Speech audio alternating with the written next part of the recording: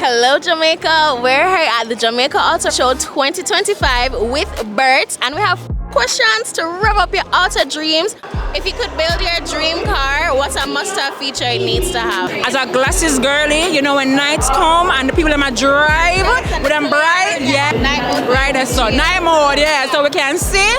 It would be definitely massaging seats because after a hard day of work, you need to get a massage. Being automated, where I don't have to do anything but sit. Think about a pothole that you've dropped in so many times, too many to count, and where is it? Which road? The Eastwood Park Road, past Transport Center.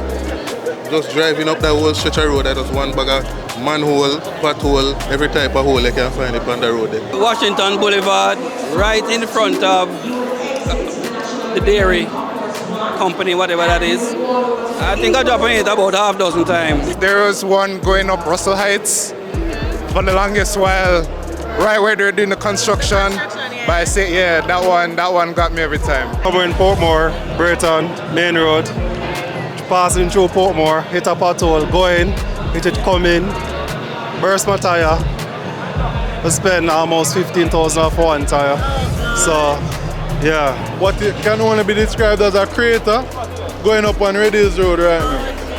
It's either a landmine or a crater. I don't know which one you want to call. Please avoid it at all costs. If you could replace one part on your car free of cost forever, what would it be? Tires. Be the transmission. It would have to be the tires, man. I mean, back to Jamaica with the potholes. The rack on pinion. The battery. Fill in the blanks. It hurts if you don't check.